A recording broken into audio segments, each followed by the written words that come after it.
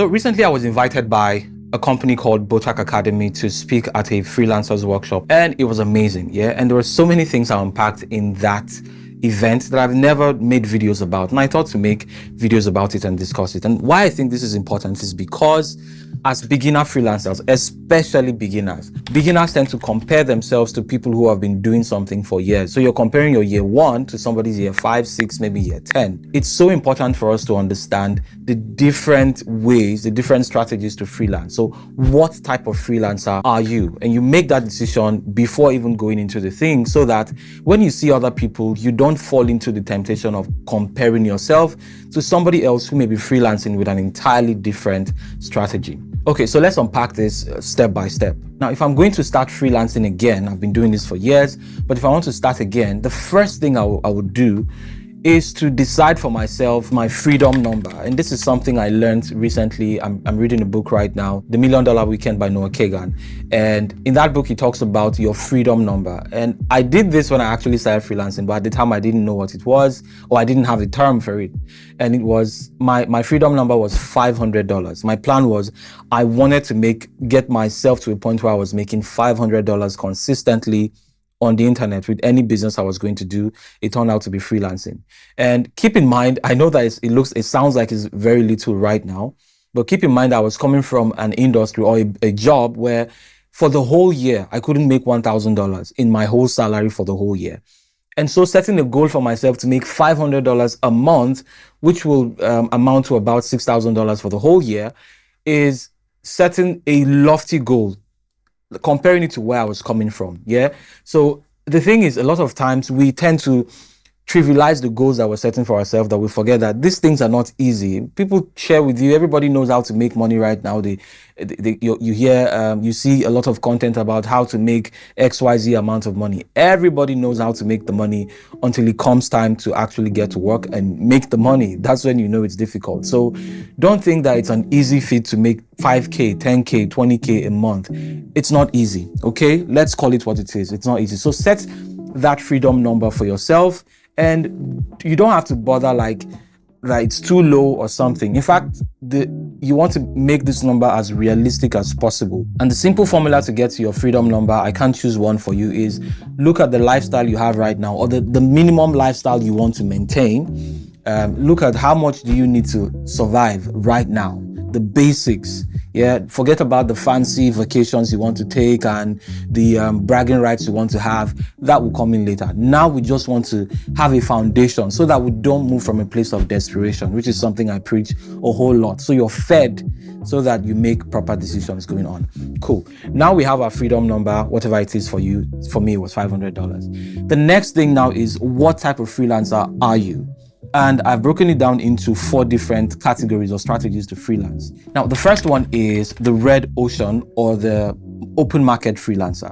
And this is basically the most common one that people know, the listing your services on open markets or freelance marketplaces like Fiverr and Upwork and the rest of them. There's a ton of them out on the internet.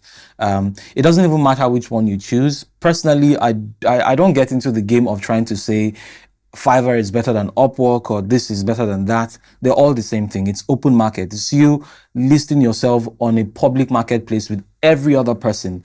The downsides are going to be the same as the upsides, as long as you're freelancing in the open market. You are going to have to compete via price, regardless of how anybody or any platform markets themselves to stand out, to say this is our unique selling proposition or whatever.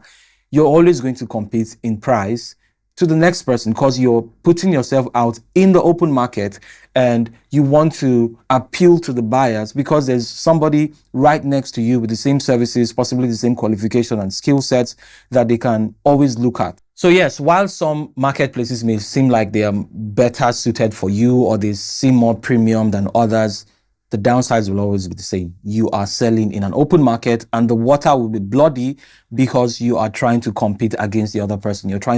There's a war going on. It will always be like that. And hence the name Red Ocean, because there will be blood in the ocean. Open market, it's more suited towards beginners because it's almost always set and forget, at least to a good extent.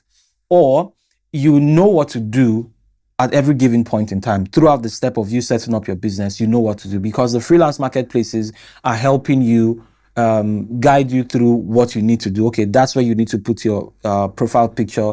That's where you enter your description. This is where you set your portfolio. This is where you bid for projects and everything. You know exactly what to do, and it's all in one place.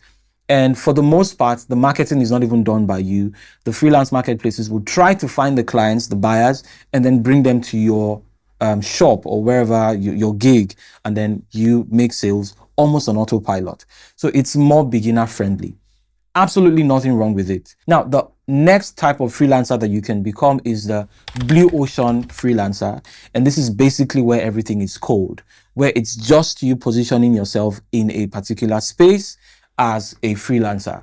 So this is you reaching out to brands. It could be personal brands, it could be companies, and you have to do a lot of work here, because of course you're now playing in the pro level. This is what typical businesses do, try to get clients. You will go out, you do email marketing, you could do content marketing, you could DM people, you could speak to people, warm leads, you could speak to people who are already your friends or in your circle who may need your service. You are positioning yourself where there is nobody on the left, there's no other freelancer on the right. It's just you trying to get clients, and once you get those clients, you tend to keep hold on to them, and you tend to also charge a lot more, because you're not competing on price, considering the price of the next freelancer beside you who is easily accessible to this client that you are trying to get. So you could also run paid ads. You could bid through your running paid ads to your website or something. You don't have to bother about, if I run these ads, is there somebody else that this person is going to look at? No, it's your website. They're coming, they're seeing you alone. Now, the third style of freelancing is when you try to do a hybrid of both. Yeah, maybe you're somebody like me who likes to experiment, or maybe for some reason you want to the best of both worlds. You can list your services on an open market and also try to get clients directly.